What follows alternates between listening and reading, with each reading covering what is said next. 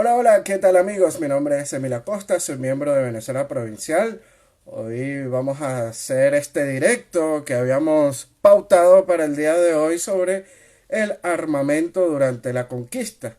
Y vamos a contar con un invitado, amigo de la casa. Se trata nada más y nada menos que de Javier Yaque. Javier Yaque es divulgador histórico de Tercio Viejo de Sevilla. Vamos a pasar de la invitación para que se nos una. Vamos aquí.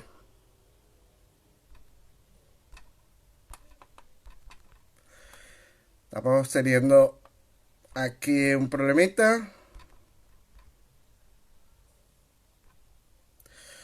A ver si se conecta. Ya está Javier en el en vivo. Mientras tanto, un saludo a la gente que se va conectando. Miles Christie, el Negrura Almeida, un saludo para todos. Estamos esperando a nuestro invitado. Ya la invitación fue aceptada. Y bueno, es un tema muy polémico, ¿no? Mucha gente tiene ideas que no son sobre este tema. Me veo un poquito cortado, déjame subir la cámara. Hola, ¿qué tal, Javier? ¿Qué pasa, Mili? ¿Qué pasa? Muy bien, muy bien. Hoy vamos a estar hablando de este tema polémico, ¿no? Aquí en Venezuela provincial, ¿no? Un Sí, tema que, bueno, que ya la gente ha comentado ciertas cosas, ¿no? Sobre todo en la página de Facebook. Aquí voy a leer un comentario, ¿no? Para que veas lo que ha despertado esta tertulia que vamos a tener la noche de hoy. Y dice, qué abusivos, es como viajar en el tiempo al 500 antes de Cristo y enfrentar a los griegos con ametralladoras y javelins. ¿Qué tal este comentario, Javier? pues hay, hay que desmentir ciertas cosas porque, sobre todo, es por mucho que tú tengas armamento Uh moderno, -huh. tienes que tener el peso de la cantidad. El peso de la cantidad es referente a la cantidad de cadencia de fuego que tú puedas utilizar y teniendo en cuenta varios factores. El primero, pongamos un ejemplo que vamos a trasladarnos el 14 de marzo de 1519. Uh -huh. Cortés llega allí a la zona de Mesoamérica y él en el fondo lo que va exactamente, va con un ejército que es increíble, porque son 518 personas y lleva solamente 13 arcabuceros, Uh -huh. ¿vale? Y 32 ballesteros. Ahora tenemos que irnos a otro punto. Ahí no hay indios a favor de los españoles, porque es la primera vez, el primer conflicto que tiene Hernán Cortés en la zona de Mesoamérica. Entonces, Hernán Cortés, cada uno de esos soldados, Uh -huh. tenía que exactamente, el vídeo me he puesto a rebuscar exactamente lo que es la mayor locura de disparo exactamente de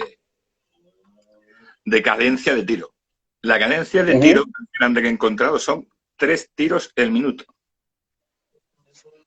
que es una locura. Sí. Ahora otra cosa, tenéis que añadirle lo Ah, siguiente. hay otros autores que, por ejemplo, dicen que un arquebucero versado, o sea, con amplia experiencia, necesitaba unos 60 segundos Por desde que eso, empezaba el proceso de carga del arma, ¿no? por eso Hasta vamos que a la ir, base. vamos a irnos a lo más Uh -huh. exagerado, ¿vale? Primeramente, el arcabuz es un arma que es de avancarga, ¿vale? O antecarga, es Uh un -huh. arma que tienes que cargar por el cañón, Uh ¿vale? -huh. Entonces, primeramente, después de eso tú tienes que hacer lo siguiente, tú tienes que coger uno de tus 12 apóstoles o las bolsitas que tenían de pólvora, Uh pero en -huh. este caso tienes que verter un poco de pólvora dentro del cañón. Después de verter la pólvora, tienes que coger un trocito de tela, una bolita que es la bala, meterla Uh -huh. dentro, después coger la baqueta, que es una varilla que veis por debajo de lo que es el arcabuz, Sí, sí. la metes, le das 3 o 4 toquecitos que entre bien, después tienes que volver a meter la baqueta, después lo siguiente, tienes que coger otra vez tu bolsita de pólvora, volver a echar pólvora dentro. ¿Vale? Después, ya una vez montado todo eso, ya coges el dentro, le echas. Perdón, es que me pica con la alergia un poquito. Después de todo esto, pues lo que tienes que hacer es, en este caso, cebar la cazoleta, que es una parte pequeñita que tiene en el montaje del disparo, que ahí tú le echas la pólvora, y ya después se cierra la cobija. Y ahí es cuando ya puedes disparar. Bueno, y en ese proceso de disparo, y ahí viene lo último. Sí, pero quería comentarte algo antes de que sigas. En ese proceso de disparo, un nativo o un indígena podría lanzar hasta 20 flechas en ese momento, imagínate. Aparte, otra cosa. Yo estoy aquí tranquilo. Yo sé que tú a mí no me va a llegar una flecha por la ventana ahora mismo y me va a matar. Lo mismo ponerte a cargar tú aquí ahora, como estaba haciendo yo y todo el rollo, y tú ponerte a disparar y demás. Y ahora, otra cosa más. Esas armas iban por mecha. ¿Vale? Y esa arma, cuando he dicho ya que se ceba la cazoleta, la parte esa del arcabuz, hasta 1540 no tenían un cierre especial. Entonces, señores de Hispanoamérica, yo creo que en México, en la zona de Yucatán, llueve bastante. Y hay una humedad. Y en toda la zona del Caribe y Sudamérica también. Entonces, eso es el principal punto. Y aparte es que tú tienes que después poner la mecha para activar lo que es el disparo del arcabuz, que tienes que mantener la mecha ardiendo. Entonces estamos hablando de un armamento que son 3 tiros por minuto a lo muchísimo, con un alcance de 40 metros. O sea, que tú tienes que esperar que el indio esté encima tuyo o el enemigo esté encima tuya. Que lo que es exactamente es una locura, porque estamos hablando que en Celia son 500 españoles contra, según el INA, el Instituto Nacional de Antropología e Historia de México, son 12.000. Eso es lo primero. Sí. Incluso en las crónicas, que la tengo aquí también apuntada, en las crónicas, dicen que ellos al principio se asustaron, pero en la primera cometida de flechas, como tú has dicho, Bernard Díaz del Castillo dicen que tienen 75 heridos. En la batalla de Celda, 75 heridos. Sí, ese es otro mito, que el terror psicológico de las armas de fuego. Quizás al principio las primeras descargas que vieron estos nativos se asustaron, pero después se acostumbraron. Inclusive hay informes de que Atahualpa mandó espías para conocer un poco qué tipo de armamento llevaban los soldados españoles en el Perú, por supuesto. Pero es que incluso en las crónicas te marca lo siguiente, que ellos mismos dicen que ya el ruido no les asustaba, que las cargas sí les mantuvieron a raya. Pero que estamos hablando de 500 personas contra 12.000. Que es muy fuerte. Y aparte es lo siguiente, según las crónicas, está dividido el ejército de Cortés en 3. Uno que ataca de frente, uno que ataca detrás, y Cortés rodea con la caballería, que son 16 caballos, la cual llega muy tarde, ¿vale? Llega muy tarde y es la que ver lo que es el ataque, porque la caballería sí que fue más psicológico, ya lo que es el disparo de un falconete, de un arcabuz y de todo lo que es el tema del cañón. ¿Por qué? Porque ahí sí creían que eran dioses. De verdad, porque creían que eran lo que eran, tío. Estamos hablando de centauro. En este caso. Y es lo que de verdad rompe tanto la batalla. Si no se ve la película de la serie de Hernán Cortés, hay una parte que hay una leyenda sobre Celda que es la primera. Se dice que hay 7 apariciones del apóstol Santiago en la conquista de América. Y una de ellas es en Celda. Porque te dice lo siguiente, que dice que cuando estaban los hombres ya casi vencidos, apareció apareció un caballero blanco, el cual es el que rompe la batalla. Pero un caballero blanco en el fondo me diría. ¿Qué pasa en ese momento? En Hernán está representado porque ese momento es cuando llega Pedro de Valdivia a la batalla. en la serie. Y yo Ujú. creo que es ese momento el que quieren representar, que llega ahí en plan lo que es Salvador, en este caso. Entonces, por eso te digo, estamos hablando que es una batalla que se rompe no por el mito de las armas de fuego, se rompe por la caballería. Pero sabes que hay otro mito con respecto a los caballos, ¿no? O sea, hay muchos historiadores que ponen a los caballos como si fueran unos tanques de guerra, ¿no? De la época. Pero existen innumerables crónicas de la época que desmienten esto, que inclusive los indígenas degollaban a los caballos. Para citar, si quieres, te cito a Bernal Díaz del Castillo. Sí, dime. Literalmente dice lo siguiente: los indios se apoderaron de su lanza y él no pudo recuperarla, y otros lo hirieron con sus espadas gravemente, y luego atacaron a la yegua y le cortaron la cabeza en el cuello hasta que colgaba de la piel y cayó muerta. Si quieres te leo otra crónica de Francisco de Aguilar. Dice lo siguiente: uno de los indios de un solo golpe le abrió todo el cuello al caballo de Cristóbal Olid. Todos salieron corriendo con sus armas para emboscarnos. Nos siguieron con gran furia, dispararon flechas, lanzas y piedras. Aquí muchos españoles cayeron, algunos muertos y algunos heridos, y otros sin ningún tipo de lesión que se desmayaron del susto. O sea que tampoco es que la caballería eran esos tanques de guerras que nos venden algunos pseudo historiadores, ¿no? No, no, eso está claro. Aparte, estamos hablando de que ya eso estamos hablando de que ya cuando están llegando a Tlaxcala, ¿no? Eso pasa cuando Uh-huh. llegan a Tlaxcala ya. Entonces, estamos hablando simplemente que ya incluso, ya no es que sean el mito de que eran ya dioses. El mito yo Uh-huh. creo que es lo bien que la utilizaron. Es solamente eso, es simplemente superioridad militar táctica. Es No, superioridad. y nos estamos olvidando también del apoyo de los mismos indígenas. Mira, en Uh-huh. este caso, Bernardia de Castillo dice, respecto a Cela, dice, traían grandes penachos y tambores y trompetillas. En las caras Uh-huh. enaguiladas, blancas y prietas con grandes arcos y flechas, y lanzas y rodela. Mucha onda y piedra. Estamos hablando que están utilizando ondas y piedras, ¿vale? Uh-huh. Y como eran grandes escuadrones que todas las sábanas cubrían, se vienen como perros Uh-huh. rabiosos y nos cercan por todas partes. Dice, tiran tanta flecha, vara y piedra que de la primera cometida hirieron a más de 70 de los nuestros.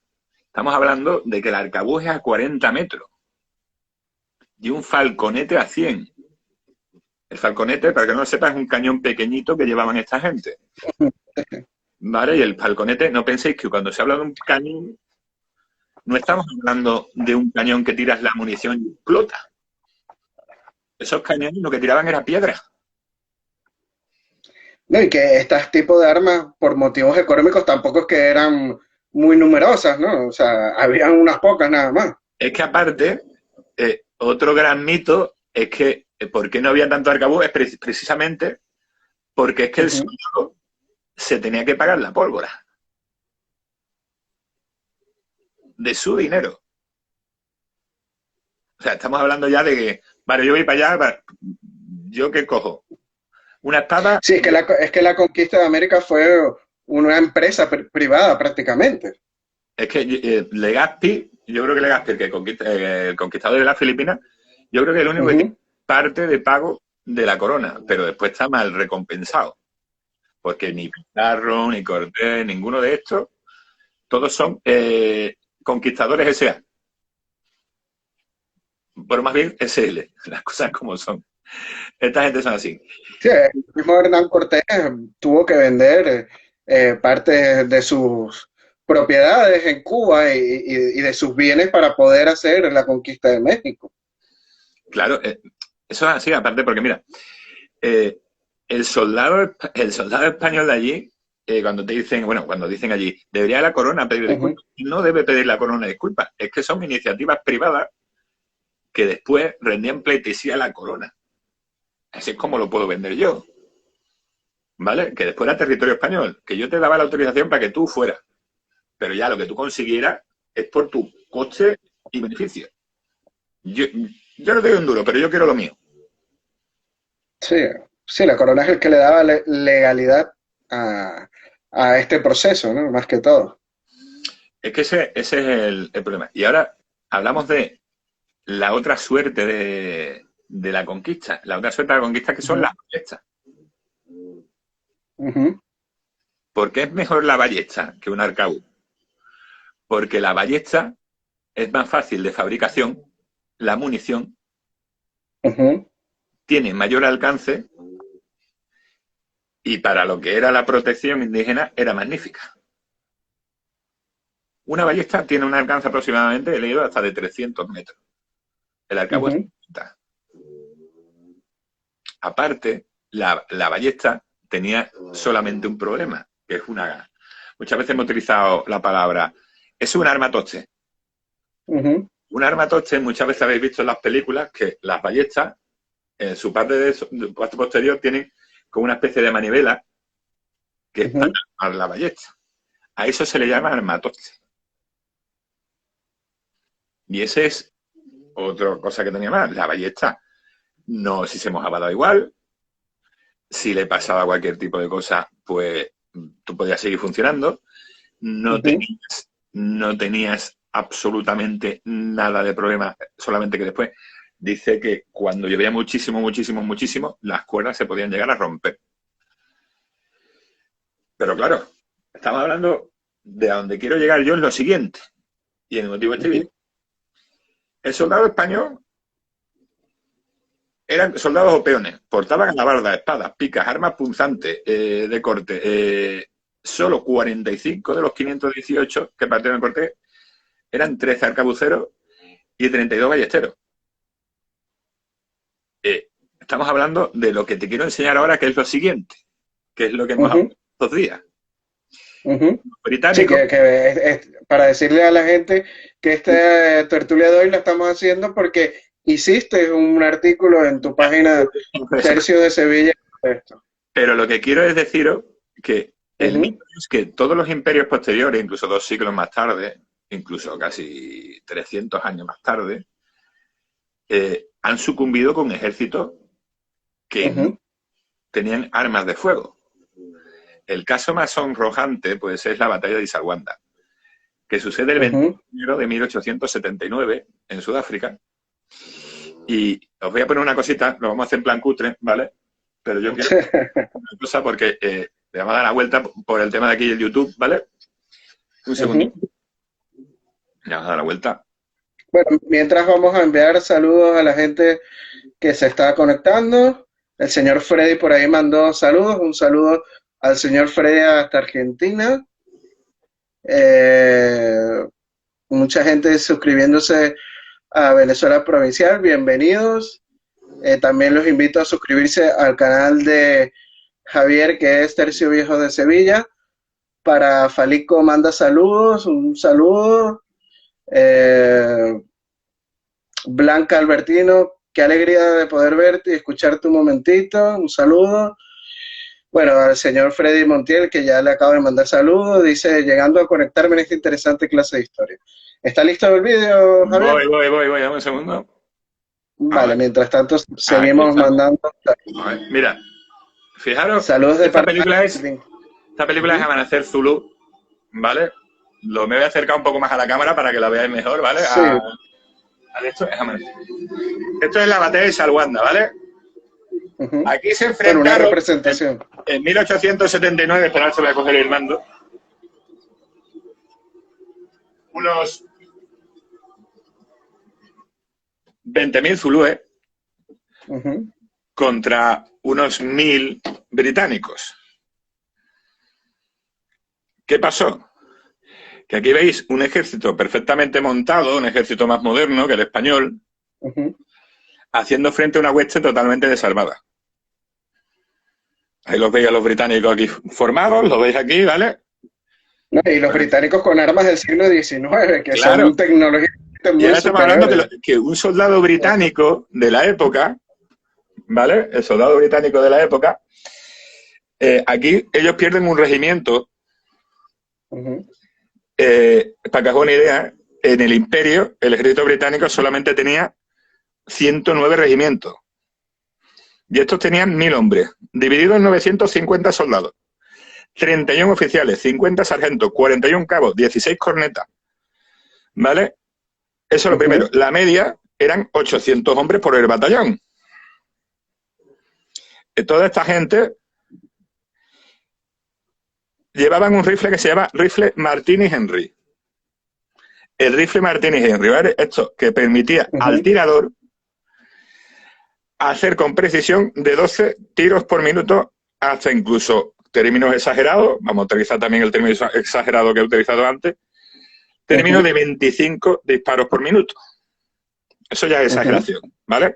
Estamos hablando de un rifle que te llega a 300 y 400 metros de distancia. Y ellos llevaban una reserva personal que cabían 30 cartuchos de reserva más 2 cartucheras frontales, con 20 rondas de munición cada una. Estamos hablando que cada uno de los soldados británicos llevaba encima del orden de 60 a 80 cartuchos. ¿Vale? Puedo intentar pasar un poco para que veáis el momento cumbre, que tengo que hacer todas las cosas a la vez. Y el rifle Martin Henry tiene otra particularidad que incluso el rifle Martin Henry a corta distancia, mirad esta toma, aquí se puede observar lo que es una hueste de 20.000 tíos, que en el fondo, ¿verdad? Estamos hablando de una película, pero simplemente para que os hagáis una idea de lo que una idea gráfica, de una idea gráfica de verdad de lo que es esto, ¿vale? De lo que es un conflicto contra un ejército muy menor. Aparte, aquí también podéis ver una artillería ya montada, con un alcance mayor, con munición mejor, de una munición de 3 siglos o posteriori. ¿Vale? Todas esas cosas las tenéis aquí, en este caso. Aparte de esta gente, todos los casacas rojas, ellos tenían un camión allí, una camioneta, una carroza, en este caso, perfectamente preparada. Es que fijaos aquí hay más tiradores que todos los que llevaba Hernán Cortés. De eso no hay duda. Es que eso hay que pensarlo. O sea, fijaros aquí, y vengan a salir británicos, y aquí vienen los zulúes. Pues,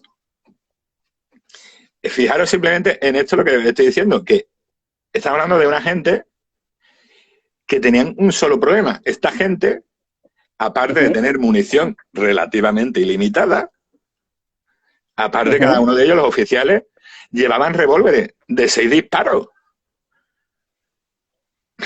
Y el soldado español que llevaba espadas, 13 arcabuces. O lanzas, las lanzas las utilizaron mucho las también. Lanzas, las picas, pero estamos hablando de que España nunca sucumbió ante un ataque así. Nunca sucumbió. Porque después te dice, por ejemplo, la zona más chunga que tuvo España, en este caso estamos hablando de Arauco. Es que fijaros lo que parecen aquí los ingleses, pero fijaros cómo son los ingleses. De esta batalla que le dan una paliza hacen un peliculón. Las cosas como son. Al César lo que le dé César. Es que fijaros lo que pueden hacer una línea de fuego contra una marabunta así. Nada. Entonces muchos se preguntarán, Javier, ¿y qué fue lo que balanceó la balanza, valga la redundancia, a las huestes españolas para la victoria?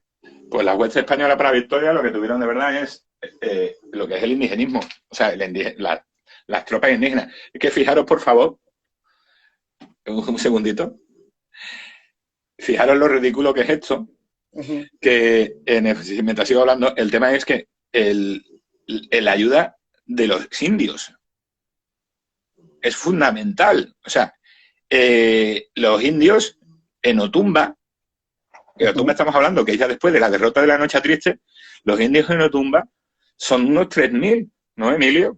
¿Qué decir todos los datos tienes tú de Otumba? ¿Unos 3.000? Sí, aproximadamente. Bueno, hay otros que dan más números, hasta 5.000. Pero vamos, ¿cuántos mexicas había por el otro lado? ¿Qué mínimo de 40.000? Sí, claro, las fuerzas mexicas eran mayores. Y Prescott, el historiador, dice lo siguiente, dice, en Otumba se ve de verdad de que estaban hechos los españoles. ¿Por qué? Porque no tenían pólvora. En Otumba no hay pólvora. Se habían perdido los cañones en la Noche Triste. aparte de perderse los cañones en la noche triste, la pólvora estaba mojada. No se puede utilizar la pólvora no tumba y se gana. ¿Por qué se gana? Por la caballería y por los pocos ballesteros que se tenían y sobre todo por la ayuda de Zacatecas, de Totonaca, toda esa gente. Si no, Sí, Cortés hubiera fallecido. Que fijaros aquí, es que aquí los británicos tienen munición explosiva y ellos ¿no? pierden. Y los zulúes le dan, bueno, una revolcada prácticamente. No, no, es que los exterminan. Claro. ¿Por qué? Los británicos no llevan tropas auxiliares. No tienen nada más. Van ellos con su soberbia británica.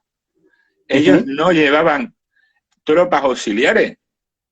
Y sobre todo, ni mucho menos auxiliares que fueran británicos. Sí, España, estaban muy convencidos, ¿no? De su superioridad, pero al final claro, le dieron una buena lección.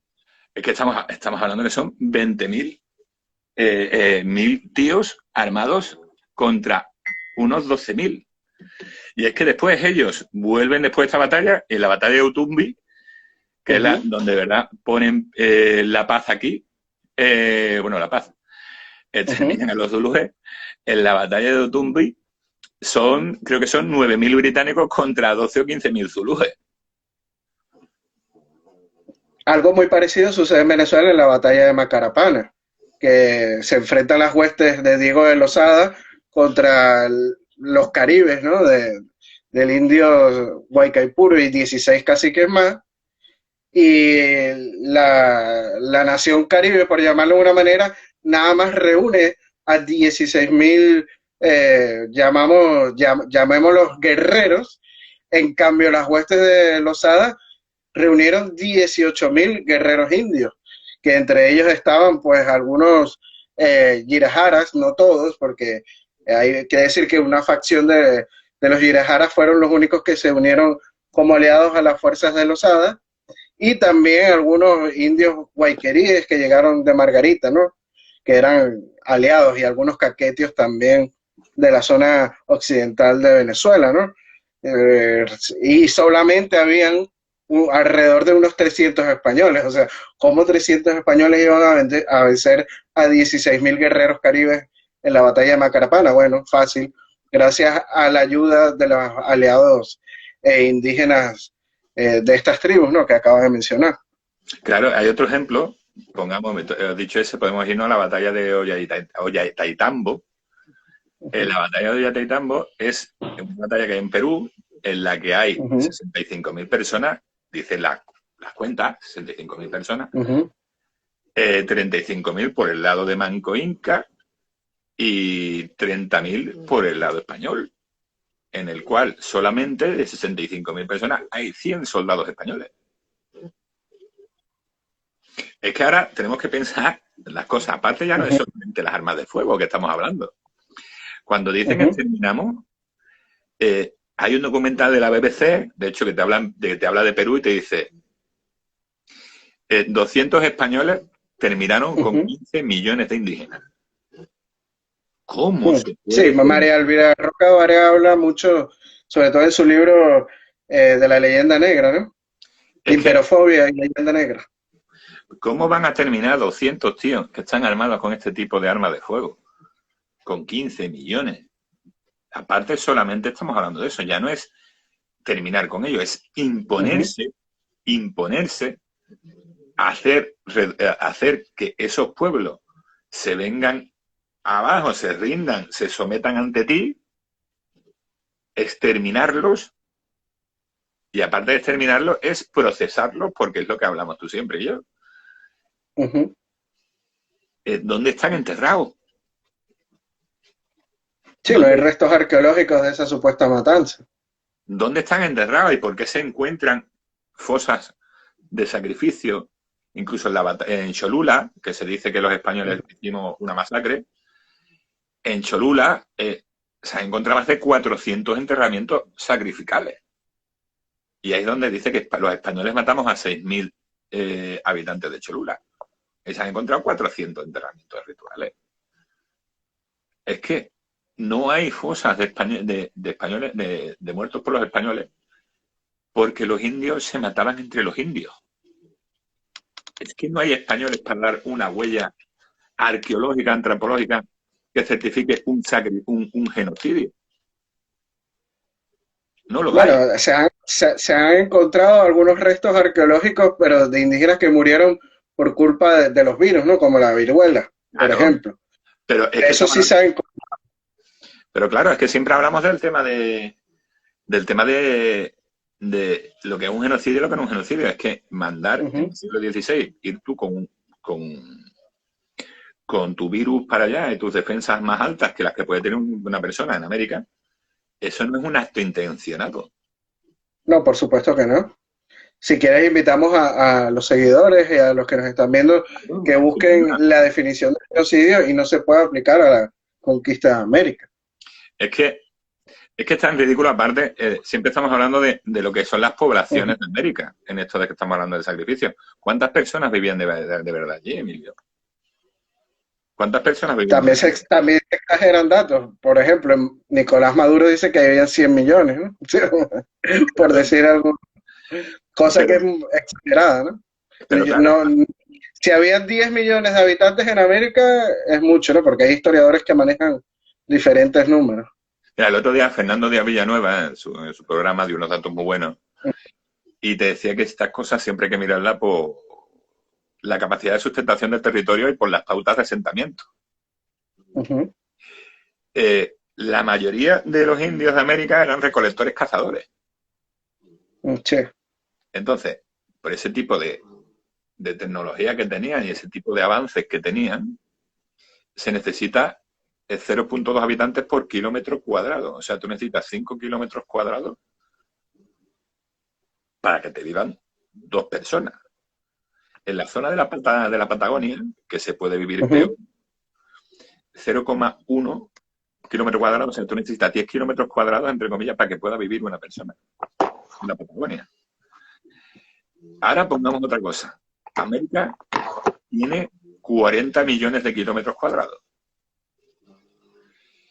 Estamos hablando que, siendo generoso, hay entre los territorios Inca y Mexica, la parte más tecnológica, la parte más avanzada, Sí. era 1,5 millones de kilómetros cuadrados. Ujú. Ahora nos vamos a lo siguiente. Esta gente estaba en frase dime. No, es que te voy a poner el No, dedito así. no, no, te escucho. No, es que estoy juntando las manos. Están en época de neolítico, están en premetalurgia. Y esta Sí, gente, que Zunzunegui lo dice mucho.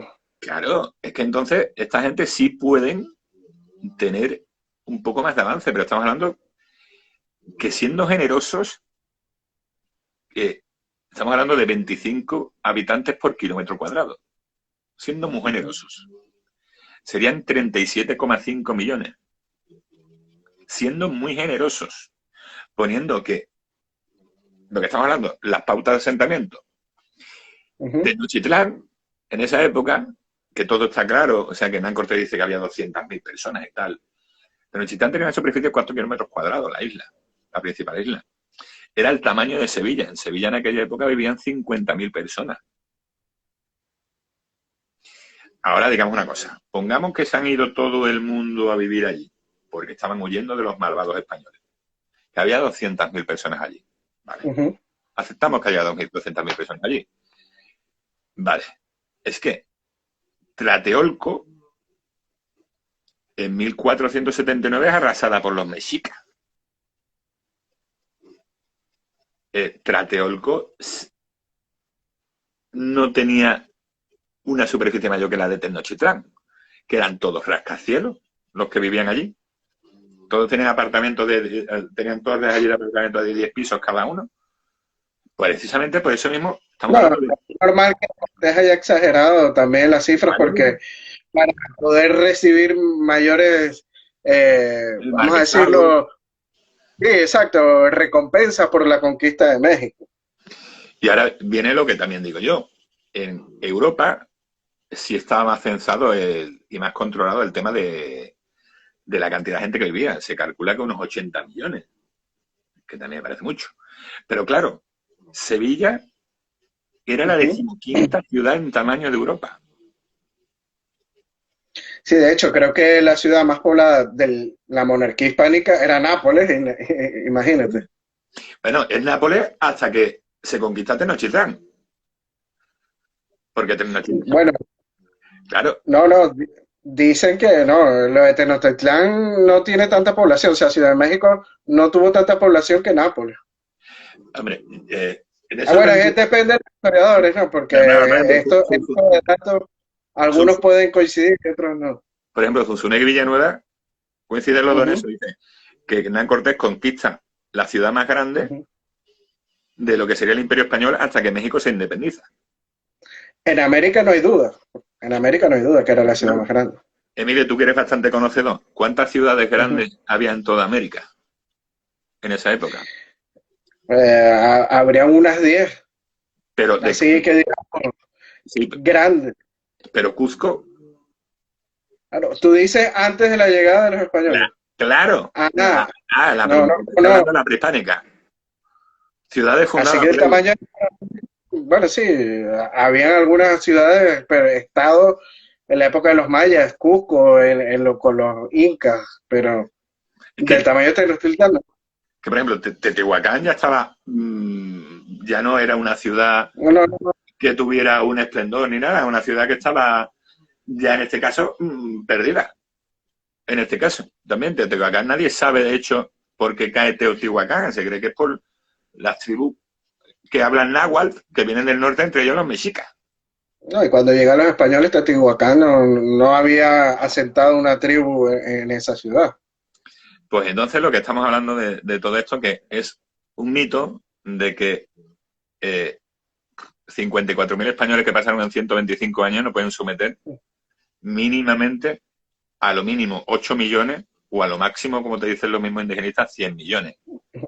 Es que yo no creo sinceramente que 54.000 marines americanos Ujú. solos pudieran someter a todo el continente. Porque de esos Bueno, 54.000, estamos hablando de bueno, 54.000 no en sé si, 125 años, que no coinciden 54.000. bueno, no sé si te acuerdas que en los años 90 Estados Unidos invadió Sudán y en Sudán le dieron una paliza a los marines y se retiraron de ahí, no pudieron hacer nada, Eh, con todo el avance Somalia, tecnológico que tenían. Somalia, ¿no? O si no, perdón, Somalia, sí, en Somalia.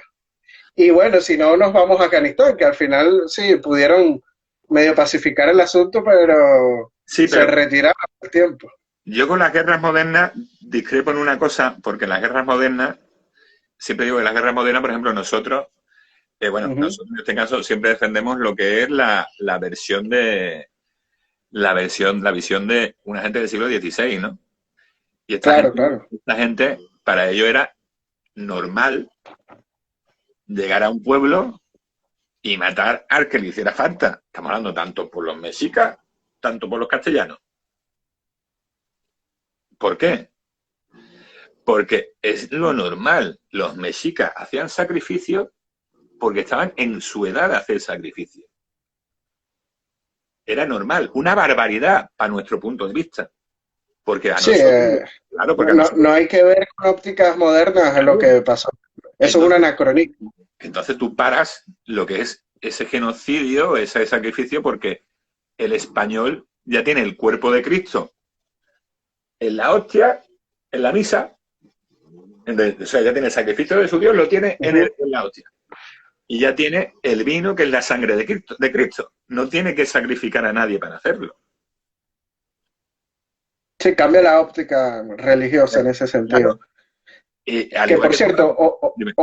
otra cosa que hay que tomar en cuenta de por qué eh, la monarquía hispánica tuvo éxito en la conquista es que después de las controversias de Valladolid, este debate que se dio en España, que se mandó a paralizar la conquista de América para analizarla, eh, después de eso prácticamente la conquista se hace es por medio de los misioneros, con la evangelización. Ya prácticamente no se hace conquista como como se solía hacer anteriormente, como se hizo en México o se hizo en el Perú en las primeras islas de las Antillas, ¿no? Ya se pasa a hacer a una conquista con la cruz y con la Biblia, ¿no? Prácticamente. Mira, ahí tengo aquí rescatado también unos datos de una publicación mía que encontré en un libro y dice que los datos más altos de los conquistadores de Nueva España cifran entre 1326 y 1141 para la conquista entera de Nueva España, ¿vale? La estimación más baja de población son 4,5 millones. En lo que estamos hablando en el territorio de Nueva España. Ahora, los censos en 1545 en Nueva España había muy pocos españoles porque se estaban expandiendo. Estaban hablando de 1385 españoles, o sea, peninsulares, en 1545. En 1570, la población española, incluida de mestizos, es de 25.704. Y como tú has dicho, en 1570, las grandes batallas ya hace tiempo que han pasado. No estamos hablando Bueno, según los datos de la Casa de Contratación de Sevilla, que era la que manejaba todo el volumen de barcos que se dirigían al Nuevo Mundo, citan que son 54.000 personas las que llegaron al continente americano hasta el año 1600. Y tenemos los libros, y tenemos los libros en los que ponen nombre y apellido, destino y de dónde era. ¿A que sí, está todo muy documentado. Quizás, claro, estamos hablando de la península, de las Islas Canarias, también emigró otra parte, pero supongamos que emigraron, si de la península emigraron 54.000, de Canarias, ¿cuánto habrán emigrado? 20.000 por como mucho, o sea, y es muchísimo. O sea, de 70.000 personas no pasó ese éxodo, digamos, español a América. La captura de pantalla que te he mandado, las exageraciones que dice Henry Kamen, que en 1570, en 1600 habían pasado 450.000 españoles. Sí, bueno, claro, hay autores historiadores que exageran también los números, pero yo prefiero irme por los datos de la Casa de Contratación de Sevilla, claro, que es el que llevaba el registro y la documentación de la época. Es una fuente primaria. Mira, hay otro dato que se cuenta muy poco, aparte del tema de las intenciones de Hernán Cortés y demás. Es que cuando Hernán Cortés ya ha ido por Pamplona Narváez y tal, y ya ha vuelto, ya está viendo para Tenochtitlán, hay una expedición española que marcha de Veracruz a Tenochtitlán con los bergantines para montarlos en el lago. Sí. Esa expedición, parte de ella es apresada en un pueblo que se llama Zultepec. En Zultepec, en este caso, manda a Hernán Cortés manda a Hernán Cortés que fuera para allá porque ya sabía lo que había pasado. Y las órdenes que dio, de hecho, manda un contingente importante porque manda a Gonzalo de Sandoval, manda a 200 españoles y unos 8.000 aliados. Y la misión que le da a Gonzalo de Sandoval es debe partir hacia aquella provincia de Tepeaca.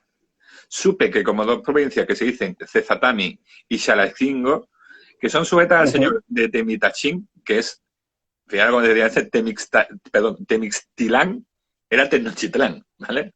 Como lo pronunciaba esta gente. Estaban reveladas. Y que como de la villa de Veracruz para acá, allí por el camino habían muerto de ella algunos españoles y que los naturales estaban revelados, y de muy a propósito. Y que para asegurar aquel camino y hacer en ellos algún castigo, si no, repito, si no quieren venir en paz. La ciudad era un centro religioso y comercial. Esta ciudad se decía que en esa festividad que estaba podía tener hasta 50.000 personas. Pero claro, 50.000 personas que habían venido de todos los pueblos y tal a celebrar sacrificios. ¿Y cómo se tienen esos sacrificios? Arrancar el corazón precisamente de voluntarios indios, porque eran todos voluntarios, ¿verdad, Emilio? Arrancaban los corazones y se los ofrecían a su Dios, en este caso. Pues, ¿qué encontraron allí, en este caso? Lo voy a citar. Y dice: hallóse allí en aquel pueblo mucha sangre de los españoles que mataron por las paredes, con lo que habían negociado con ellas a sus ídolos. Y también se halló 2 caras que habían desollado y adobado los cueros como pellejos de guantes, y las tenían con sus barbas puestas y ofrecidas en uno de sus altares. Y asimismo se halló 4 cueros de caballos curtidos, muy bien aderezados, que tenían sus pelos con su herradura y colgada. O sea, ya estaban sacrificando a los caballos. Sí, Antes de la caída. más o menos lo que conté también al principio. Pero ojo, que mucha gente que te va a decir, no, que estas crónicas son inventadas por los españoles y no existen, pero el gran problema es que existen restos arqueológicos que demuestran que todas estas crónicas estaban en lo cierto. Claro, es que de hecho el INA, que es Sí, el Instituto Nacional Nacional de de Historia Antropología e Geográfica. Historia de México, certifica que de hecho ese pueblo pasó a llamarse Zultepec Tecoaque. Tecoaque significa donde se los comieron. Allí Cortés sufre su segunda derrota más importante porque pierde entre indios taínos, negros, otros indios aliados y 200 españoles. Yo creo que es la mayor derrota que tiene Cortés aparte de la Noche Triste. Y, vamos, y se ha encontrado, en este caso, voy a buscar un momentito aquí, que lo puedo citar exactamente. Vale. Poco a poco, cito a Lina, dice, poco a poco los habitantes de Zultepec Tecoaque sacrificaron y aparentemente se comieron caballos. A los hombres y a las mujeres también. Dice, aunque no a los cerdos. Aunque también fueron sacrificados. Los esqueletos de los europeos capturados fueron destrozados y se conservan marcas de cortes que indican que la carne se la había extraído a los huesos. En otro entierro se halló un guerrero tabasqueño a quien fue ofrendado y un español fue quemado y desmembrado. Según los investigadores, estos sacrificios eran rituales que se recreaban mitos de la creación. En estos sacrificios se encontró a un guerrero, a una mujer con el cuerpo cortado en dos y a un niño desmembrado. A los pies del guerrero se hallaron huesos trofeos pertenecientes a 4 personas diferentes de etnias diferentes, entre ellas españolas. Los investigadores afirman que los restos de algunos españoles fueron ingeridos en actos rituales, por la cual la zona se había conocido Tecoaque, y Tecoaque significa donde se los comieron. Pero aún así, Cortés dijo que si quería venir en paz, bienvenido sea. Sí, claro, siempre se buscó la diplomacia, ¿no? Para conquistar, y de hecho funcionó, ¿no? Por lo menos el pueblo de Zempoala diplomáticamente pues, se unió, ¿no? Al ofrecimiento de Hernán Cortés. Pero bueno, regresando un poco a lo original de la conversación que son las armas, vamos a hablar un poco del armamento indígena, ¿no? Que no hemos hablado de él. Hay que decir que algunas armas indígenas podían penetrar fácilmente la coraza y los morriones de los españoles, ¿no? Y hay que decir que las corazas y los morriones tampoco protegían mucho, sobre todo en estos climas tropicales con tanto calor. O sea, imagínate llevar una coraza de estas de metal, es totalmente horrible. ¿Me vas a decir algo? Y por la falta de herreros. Exacto. Que tú vas con tu armadura nuevecita de Sevilla para allá y cuando llevas allí un añito ya tienes la armadura. Sí, oxidada, claro, por supuesto. Y inclusive los españoles fueron adoptando las corazas indígenas como de los tlaxcaltecas, que eran hechos con fibras de vegetal, ¿no? Y protegía muy bien, por lo menos las flechas las protegía muy bien estas corazas indígenas de tribus como los tlaxcaltecas y los zempoalas, etcétera. Pero el arma que más rompía, por decirlo más, la coraza o los morriones era las macanas, ¿no?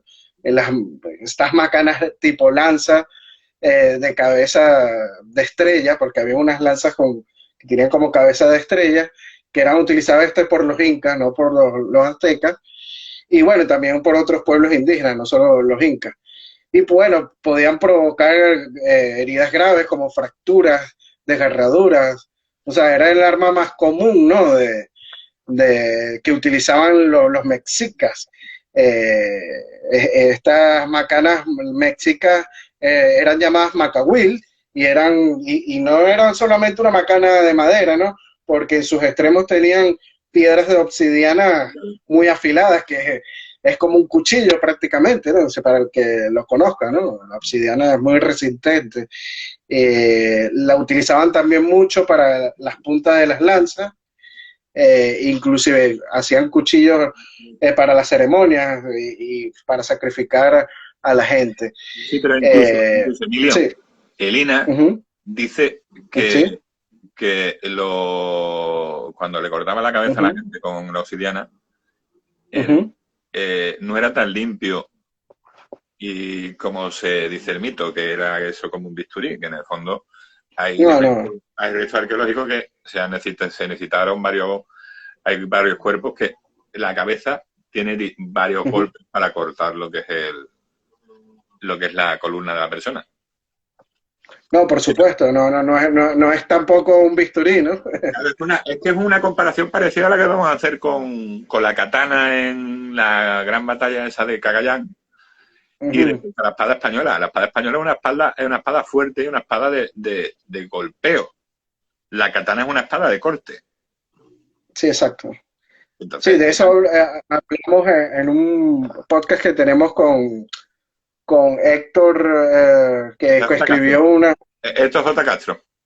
Exacto, Héctor J. Castro, que estuvimos hablando sobre las diferencias de las armas japonesas y españolas en la batalla de Cagayán. Sí. No, mira, quería poner un segundito. Recordar todo lo que hemos hablado, si queréis lo recuerdo un momentito, es el disparo español. Lo que se tenía que hacer para el disparo español era, básicamente, cogías tu pólvora, tu arcabuz, vertías la pólvora, ¿vale? Vamos a hacerlo como si fuera el tema rápido, ¿vale? Vienen los elines, sacas la pólvora, echas la pólvora adentro, metes la bola, tu trocito de tela, sacas la baqueta, ¿vale? Vuelves a coger tu pólvora, o sea, me metes la baqueta, vuelves a sacar tu pólvora, le vuelves a echar pólvora, coges el arcabuz, cargas la cazoletita que tienes aquí, ¿vale? La cierras y aparte ahora te pones a intentar prender la mecha, ¿vale? Todo eso para un disparo. Y ahora quiero que veáis simplemente la comparación de un vídeo que acabo de buscar, ¿vale? Que es el siguiente. Esto es un rifle Martin Henry. Para que veáis. Se carga el arma. Se le mete la munición. Aquí. Se le mete la munición aquí. Se cierra. Oye, se mete la munición aquí. Sí, bueno, eso es un arma del siglo XIX. Pues aquí lo tenéis, el cierre. Se abre, se mete la munición, se cierra, se amartilla y se dispara. Eso es la diferencia de un arma moderna para lo que tenían los conquistadores españoles. Esa es la cadencia de tiro que tenía un británico en sus conquistas. No, y en el proceso de, como tú dices, de cargar el arcabuz, pues en promedio podían recibir, como dijimos al principio, 20 flechazos de un indio, ¿no? Sí, simplemente lo que estamos hablando es por el peso de la cantidad. Es el peso de la cantidad. Tú puedes tener, tener una ametralladora, pero si te viene una mata de gente de 20.000 personas, aunque tengas una ametralladora automática, como he puesto yo en mi foto para anunciar directo, es el peso. Si la gente sigue corriendo hacia ti, no puedes. Estamos hablando de que el arcabuz permitía una distancia de 40 metros. Y aparte, la mayoría de las conquistas es en selva, en muchos sitios. Entonces, pues tienes árboles, tienes de todo. Y aparte el arcabuz no era algo muy preciso. Tampoco. Ahí están preguntando, ¿los ingleses en el siglo XV? No, estamos hablando del siglo XIX. Sí, no, eso es de 1800, del siglo XIX. Eso casi a finales casi llegando ya al 20, para que os hagáis una idea. Y... Bueno, lo que tú dices de la selva es muy importante porque ahí es muy efectiva la macana, ¿no? Lo que estábamos hablando al principio, que era un arma de combate cercano, que como dijimos, o sea, y no solo lo utilizaban los mexicas con el macahuil o los incas con esta lanza con punta de estrella, ¿no? sino también los indios caribes en Venezuela y en las Antillas y Colombia lo utilizaron. Eh, Sobre todo al sur del continente. Y bueno, el material que lo utilizaban, pues depende de la región, eran de diferentes clases de madera y las formas logradas pues fueron muy distintas, ¿no? Algunas eran más largas, algunas más anchas, dependiendo de la tribu. Pero bueno, fue el arma principal de los indios caribes, junto a las flechas y las lanzas, y bueno, era su instrumento preferido para la decapitación en rituales antropofágicos, ¿no? O sea, para cortar la cabeza y prácticamente después beber la sangre de él, ¿no? Dependiendo de las crónicas, ¿no? Y bueno, es el arma, como decir, icónica de estas tribus, ¿no? De los caribes Mira, y de los aztecas, sí. has dicho un término Uh -huh, que es muy curioso uh -huh. porque has dicho fíjate, siempre me hago la... ¿Cómo has dicho antropofágico? Uh -huh. Es el término para decir que una persona es caníbal. Sí, claro, por supuesto. Estamos Pero es hablando que de ahora canibalismo. yo invito a todo el mundo que se vaya ahora a ver en el diccionario de la Real Academia de la Lengua Española qué Uh significa -huh. caníbal. Hace referencia a los indios caribes. Es que la palabra caníbal viene de esos indios. Aquí Entonces, están preguntando, ¿no llevaban suficientes cañones en sus expediciones a los conquistadores? No, como dijimos al principio, los cañones tenían un alto costo económico. aparte, mira, quería haber preguntado en este caso, cuando la batalla, por ejemplo, el cañón que solían llevar, por ejemplo, los españoles, muchos de ellos, Uh -huh. disparan una piedra de 6 centímetros. Una piedra, que es lo que quiero explicar, que no es una munición que Uh tú -huh. cargas el cañón y eso explota, como sale en las películas. Eso es mentira, Uh era -huh. una piedra. Era como una escopeta o un arcabuz más potente. Uh -huh. Tenía más alcance. El cañón ese, como estoy hablando, sí llegaba, la piedra llegaba a 100, 200 metros. Pero claro, en las crónicas dice que a los indios les daba más miedo el ruido y Uh -huh. el olor, que el mismo impacto. Es lo que dicen las crónicas. Que no es una munición que tú tiras y sale la explosión con fuego y tal. Sí. Que no, aparte de Sí, que pero como hemos dicho anteriormente, pues ese efecto psicológico después no sirvió de nada, porque los indígenas empezaron a entender el uso, ¿no?, de este arma y supieron que no es nada divino, ¿no? Este ruido que sacaban las armas como los arcabuces o los cañones. fijaros, tenemos el ejemplo de Lautaro en Chile. Claro, Lautaro, que aprendió a utilizar las armas españolas y derrotaron a los conquistadores en el sur de Chile. claro, pero estamos hablando que normalmente las huestes de Valdivia Uh eran -huh. mucho menores que las huestes, por ejemplo, de Cortés, porque tú Por ves pues, supuesto. 50, 70 soldados españoles, una cosa así. Sí. El grueso de las huestes de Valdivia eran justamente indígenas incas, ¿no? Del Perú, la mayoría. Que todo en el fondo lo que estamos hablando que el Uh -huh. español, el arma de fuego, de verdad el arma que conquista América son los mismos indios. Claro. Y sobre Y todo, luego, como dijimos, posteriormente la cruz y la Biblia, porque los misioneros fueron los grandes pacificadores de las tribus indígenas. lo primero que se hacía cuando se montaba una ciudad o un pueblo era Uh -huh. montar la iglesia. Exacto. Sí. Y bueno, hay que decirlo también, ¿no? Que esto de las armas, o sea, por cada bala que disparaba un conquistador, el nativo, como bien dijimos, o sea, lanzaba más de 20 flechas contra él. Y hay que decir algo muy importante sobre las flechas que lanzaban los indígenas. Por ejemplo, los indios caribes, muchas de las flechas contenían en sus puntas venenos, o sea, venenos de ranas o de extractos de plantas venenosas que son muy comunes, ¿no?, en Sudamérica, en el Amazonas.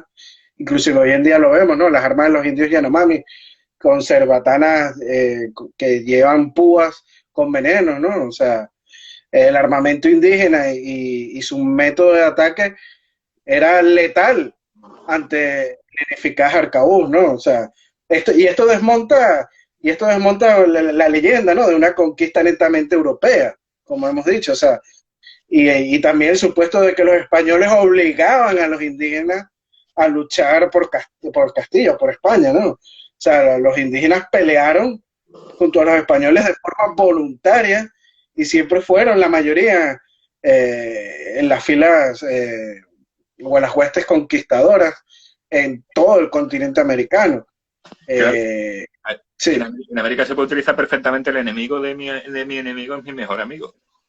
claro, y fueron muchos recompensados. Vemos, por ejemplo, los indios tlaxcaltecas que tuvieron derechos a usar el don, tuvieron cabildo propio con leyes propias. E igual El uso pasó en del Venezuela caballo, con los indios huayqueríes y caquetios. el uso Podían del, usar caballos, armas de fuego, podían utilizarlas también. O sea, tenían muchísimos beneficios, ¿no? Por haberse aliado a la corona. pero mira, Eran vamos a, indios del Real Corona, era el término con que se le conocía en la época. es que A ver, Tlaxcala fue a votar la Constitución de 1812. correcto. Sí, Que aquí dicen, una flecha envenenada era mortal prácticamente con un roce. Un perdigonazo igual te mataba por infección de restos de ropa y poca desinfección según donde te alcanzara. Dice Don Povea y sus garras. A ver qué más dicen aquí. Nunca se produjo en la Nueva España las armas en el siglo XVI o los importaban de España, pregunta Rex Hispano. No, sí, en Cuba, se sabe que en La Habana, en Cuba, había unas armerías. Pero fijaros una cosa, incluso lo que me estaba hablando de la pólvora, se tiene que subir el Popocatépetl, que mal Ujú. hablo cuando pronuncio las cosas mexicanas me sale fatal. El Popocatépetl. Popocatépetl, como me sale fatal, disculpadme, por favor, disculpadme. Repite Emilio, por No, favor. no, no hablas, no hablas náhuatl. Bueno, que, que tuvieron que subir un volcán para poder Ujú. coger material para hacer pólvora. O sea, hasta eso se Sí, vieron bueno, obligados. sí, de hecho, se han encontrado restos arqueológicos de que los mismos indígenas después, posteriormente, fabricaron balas y armamento, y, o sea, balas para la conquista del resto del territorio de la Nueva España, ¿no? Lo que es el norte de México actual y sur de los Estados Unidos. Mira, ya para Ah, desmentir, para desmentir otra cosa muy simpática, simpática entre comillas, el padre Bartolomé de las Casas dice en las crónicas, dice que los españoles matamos a 3 millones de indios en la isla de la Española. La isla de la Española tiene, claro, ningún historiador serio toma a las casas como fuente primaria. la Se isla de la sabe que es Española exagerado. son 70.000 kilómetros cuadrados. Ujú. Perdón, 90.000. 70.000 kilómetros cuadrados tiene la actual Castilla de España. Y dices tú, vale, ¿dónde vivían? Si ya es que digas tú, vale, sí, pues los tiramos al agua. No, yo- ¿Dónde vivían? sí, ¿Dónde a están? la hora que tiraron los restos, porque es que no existen. Pero ya no es solamente los restos, ya es derruir ciudades, porque tendrían que vivir en ciudades, derruir, quemar vasijas o quemar instrumentos que estuvieran, quemar cualquier tipo de restos que tuviera esa Ujú. isla para certificar que allá vivían 3 millones. No, perdón, matamos a 3 millones. ¿Sabe cuántos los que vivían? Claro, es que las casas de verdad. Es que, y aparte, selva pura y dura. ¿Dónde vivían? ¿Dónde están esas ciudades que estamos hablando antes? Que en América estaban Tenochtitlán y Cusco. ¿Dónde vivían el resto? ¿Dónde? ¿Qué No, no es que en sus crónicas, por ejemplo, creo que fue en Guatemala que hizo erupción un volcán, habla de cosas exageradas, de kilómetros de lado y cosas así. O sea, Mire, entre otras cosas dice que los españoles secamos 3.000 ríos en la Española. la española es prácticamente desértica en muchas partes. Es que, ¿dónde estaban? Es que ya estamos hablando. Que ya hay satélites, ya hay Ujú. maneras de encontrar las cosas ocultas por la selva. Ya se Bueno, encuentran con ese tipo de cosas. un historiador estadounidense que es William Mattby, para no hablar de historiadores hispanos, cita lo siguiente de Fray Bartolomé de las Casas. Ningún historiador que se precie puede hoy tomar en serio las denuncias injustas y desatinadas de las casas. En resumidas cuentas, podemos decir que el amor de este religioso por la caridad fue al menos mayor que su respeto por la verdad, o sea, exagerada, simplemente para conseguir fama y puestos altos como llegó a ser obispo de Chiapas, en Mira, actual México. es que en esa época lo que tenemos que entender siempre es que lo que se buscaba es crear un cisma y crear, por ejemplo, igual que Hernán Cortés, exageró que allí vivían 250.000, 300.000 personas, que aquello era increíble, que aquello no sé qué, que aquello Sí. era, yo qué sé, como Wakanda de los Marvel. Eh, este hombre exageró también, que es lo que digo siempre. Sí. Tuvo en este caso, un fin correcto, pero unos medios muy malos para conseguirlo. Sí, bueno, el historiador Ramón Menéndez Pedal cita que las casas se contradecían porque de repente hablaba de unas cifras y luego las cambiaba, hablaba de unos hechos y después de otros, ¿no? O sea, es una mente anómala que los psicólogos deberían de estudiar.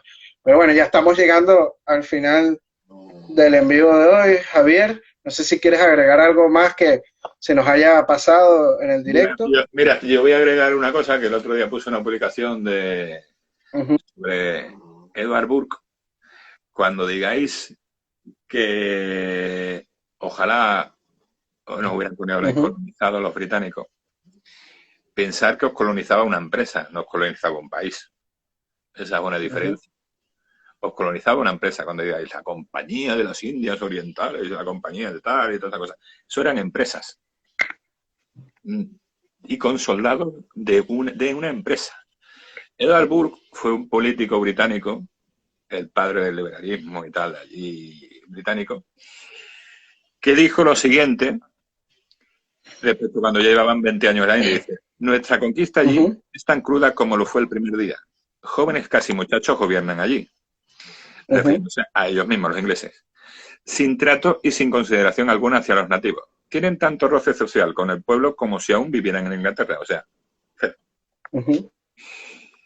y dice, solo el tiempo necesario para poder amasar una fortuna, dice. Cada rupia del beneficio hecha por el inglés está perdida por siempre para la India. Dice, nosotros Ujú, no aportamos ningún tipo de compensación. Inglaterra no ha construido iglesias, ni hospitales, ni palacios, ni escuelas, ni canales navegables, ni represas como cualquier otro ujú. conquistador anterior que ha dejado su huella o algún monumento tras él. Si nosotros no fuéramos expulsados de la India, nuestra presencia durante el ignominioso periodo de nuestro dominio es nada mejor que el dominio de un orangutatán o un tigre, porque no quedaría constancia ninguna de su presencia allí. Esa es la diferencia entre los malvados españoles y los santitos británicos. Solamente una pequeña pincelada para decir que viva la hispanidad y que estamos todos unidos, a pesar de lo que quieran destruirnos. Y gracias por invitarme, Así Emilio. es. No, no, gracias a ti por aceptar la invitación. Como dijimos, o sea, publicaste en tu página Tercio Viejo de Ya Sevilla un artículo muy interesante sobre esto de las armas. lo voy a resubir mañana, el artículo. Mm, Vale, para aquellos que no siguen a Javier, ya que en Tercio Viejo de Sevilla lo pueden hacer a través de Instagram. También creo que tienes canal de YouTube, Tengo ¿no, un canal Javier? de YouTube, Ujú, tengo pocos vídeos, tendré que subirlo, pero ahí vamos, hemos entrevistado a Fernando Díaz Villanueva, Pedro Insua, Milton Enrique, hemos entrevistado a ujú, gentecita, entre ellas a ti, que hablamos de ujú. los mitos de Que esta Sevilla. me imagino que va a subir también, ¿no? Y después luego yo Oye, también la subo en tú YouTube. me la pasas, tú me la pasas. Bueno, esto lo grabamos ahora y No, no. lo subimos, claro. Que nada, Emilio, tú sabes que lo que quieras, cuando quieras, y, y para aprender siempre estamos. Y aprendo muchísimo contigo. Yo igualmente, hermano, siempre aprendo contigo. La retroalimentación es mutua. Así que bueno, ya saben, sigan a Tercio Viejo de Sevilla en sus redes sociales. Aquellos que no sigan a Venezuela Provincial lo pueden hacer en Instagram, en Facebook y en YouTube, que también tenemos unas entrevistas maravillosas con María Elvira Roca Barea, con Pablo Victoria, con Martín Río Soloma, etcétera. También si quieren apoyar nuestro tenemos los dos a Sunsuneri, que eso sí que es complicado. Tenemos los dos a Sunsuneri. es un excelente, de Un verdad, auténtico maestro. hemos tenido en nuestros canales, ¿no? Les invitamos a ver ese directo que tú Y a tuviste con seguirlo a Susune él. Y a y a seguirlo a seguirlo. él. Y bueno, aquellos que también quieran apoyar nuestro proyecto de investigación histórica lo pueden hacer a través del Patreon. Mandarle un saludo a nuestros patrocinadores que son Juan Carlos García, Gabriela Hatewood, Alberto Gil Martínez y Borja Ares. Y bueno, aquellos que quieran apoyarnos lo pueden hacer a través de ahí. No sé si tú tienes Patreon, De Javier. momento, de momento no. De momento no. De momento no. Bueno, te animo a que lo abras para que también la gente te apoye ahí, porque bueno, esto es un esfuerzo, ¿no? Que hacemos diariamente en contra de la leyenda negra española, ¿no? Que lamentablemente ha contaminado no solo a Hispanoamérica, sino aquí en España también está muy asumida por la población española. Nosotros no somos culpables, nosotros somos excusas. Así es, somos la excusa para los fracasos de los políticos y también excusa para aquellas potencias enemigas quitarse las mismas culpas que ellos tienen. Así que bueno, con eso yo creo que concluimos el día de hoy, Javier. Y Pues bueno, nada, hasta una próxima oportunidad y te mando un fuerte abrazo hasta la hermosa ciudad de Sevilla. otro para ti, hermano mío. Cuídate, adiós, Chao, buenas noches. chao.